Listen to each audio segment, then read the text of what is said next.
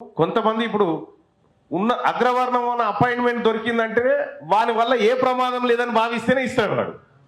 ఇప్పుడు తీన్మార్ వల్ల నాకు అపాయింట్మెంట్ ఇచ్చేంత దమ్ముందా?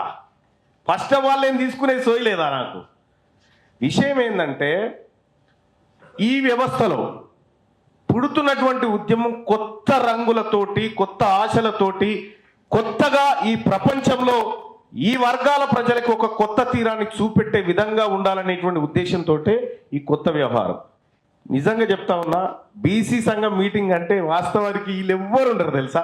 ఆ సంఘం వేరే ఉంటుండే, అది వేరే ఉంటుంది, దాని వ్యవహారం వేరే ఉంటుంది, దాని కథ వేరే ఉంటుంది, ఆ లెక్క వేరే ఉంటుంది. కానీ ఇవాళ నేను హరిశంకర్ అన్నకు చెప్పింది ఏంటంటే 25 మందిని విలువ చాలని చెప్పిన. వీడికి 25 మందిని పిలువమంటే ఇప్పుడు 63 మంది అయ్యారు వీడికి.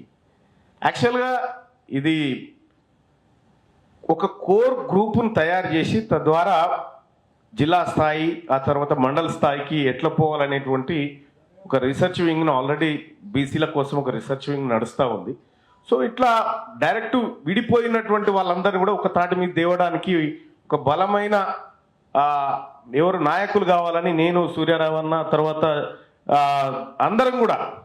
అందరం ఆలోచన చేస్తూ ఒక మంచి నాయకుడు కావాలనుకున్నప్పుడు వాస్తవానికి కూడా హరిశంకర్ అన్న పేరు మాకు తారసపడ్డది. ఎందుకంటే ఆయన చూడని ఉద్యమం లేదు, అన్ని వర్గాలతో మాట్లాడి ప్లస్ ఈ ప్రజల పట్ల ప్రేమ ఉన్నటువంటి వ్యక్తి.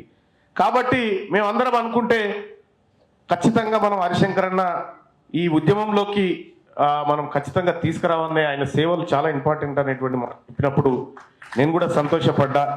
ఇవాళ స్వయంగా సూర్యారావు అన్న గారే ప్రకటించి మనందరి చేత ఆమోదింపజేసినటువంటి శుభ సందర్భాన హరిశంకర్ అన్నకు శుభాకాంక్షలు తెలియజేస్తూ, మీకు ఇక పని భారం ఎక్కువైంది, మా రియాలిటీ నుంచి పని భారం ఎక్కువైంది.